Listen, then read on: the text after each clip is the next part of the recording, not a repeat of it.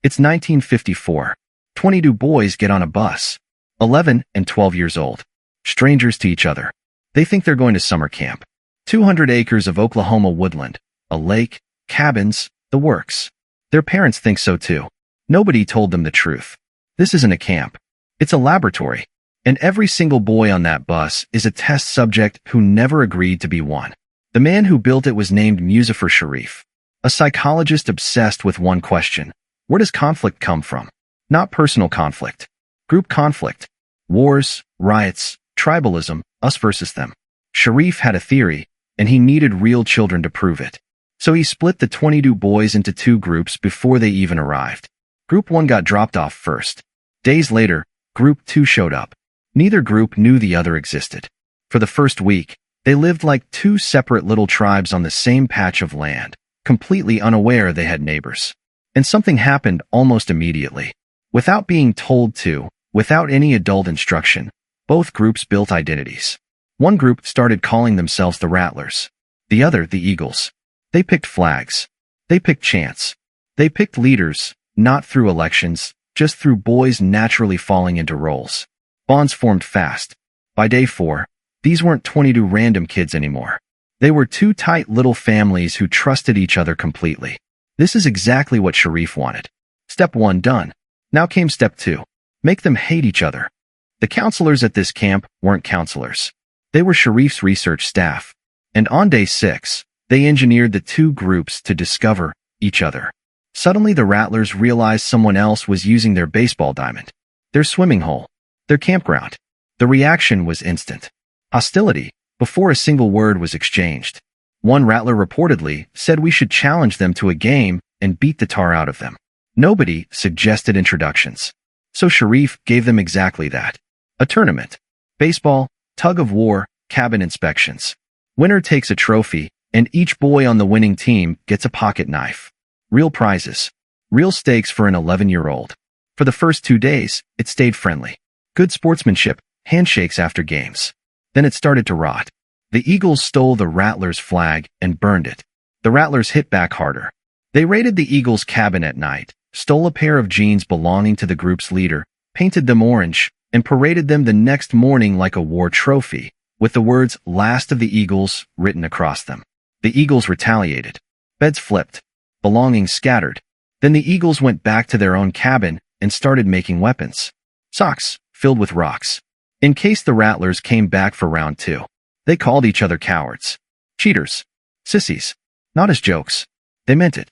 One group decided that since the other group cussed constantly, it was safer not to even talk to them anymore. When the Eagles won a game, they credited it to prayer. When they lost, they blamed the other side's bad language. These were fully formed, deeply held beliefs about the moral inferiority of a group they'd known for less than 2 weeks.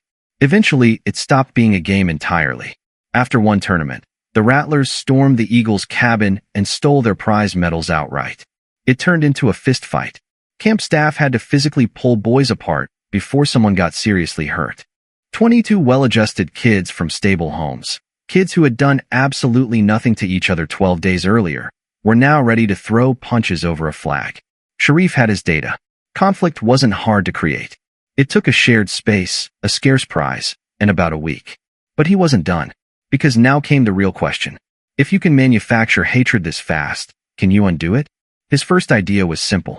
Just put them back together. Shared meals. A movie night. Fireworks on the 4th of July. Pure, pleasant contact, no competition attached. Surely proximity alone would remind them they were all just kids. It failed completely. The dining hall turned into a battlefield.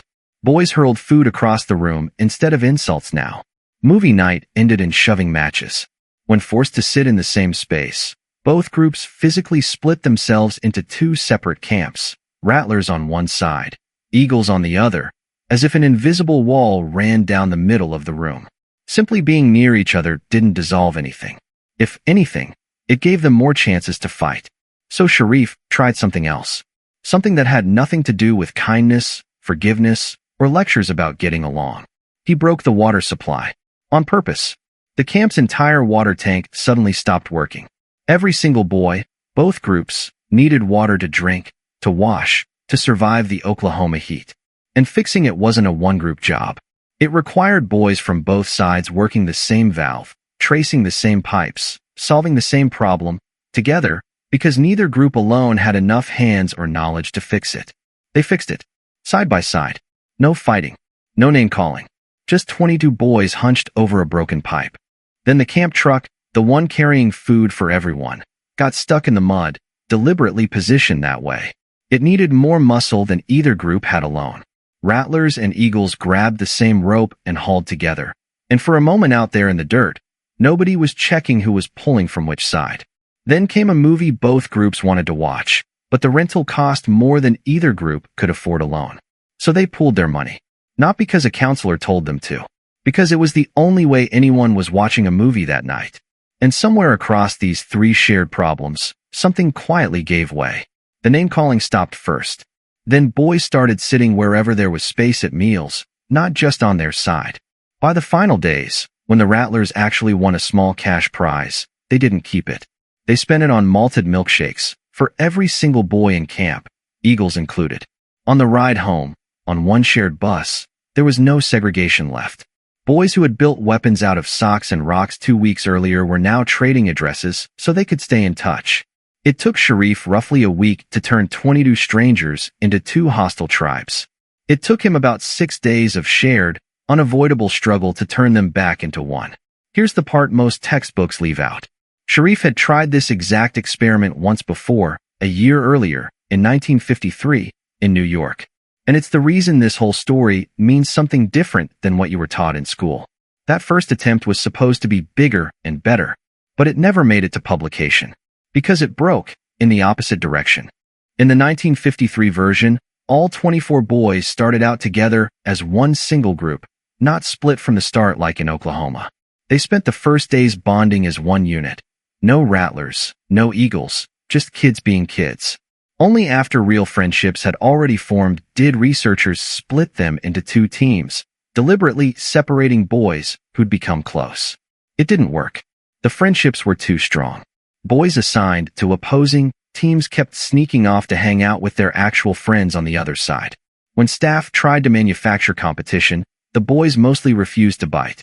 And here's the detail that got buried for over 60 years, uncovered only recently by researcher Gina Perry digging through Sharif's own private archives. The boys started noticing something was off with the adults themselves. They began quietly discussing how the staff were pushing them toward conflict on purpose. The manipulation became the story, not the manufactured rivalry. Sharif was reportedly so furious at the failure that he abandoned the entire study, destroyed almost every trace of it, and never spoke about it publicly again. Think about what that actually means. The version of this experiment where conflict didn't work is the one Sharif buried. The version where he had to break a water tank and stage a truck breakdown just to get the boys back to baseline kindness is the one that made it into every psychology textbook on Earth. 2 attempts. 2 groups of totally ordinary kids. And in both cases, left to their own devices, without prizes, without scarcity, without an adult quietly stacking the deck, they gravitated toward friendship.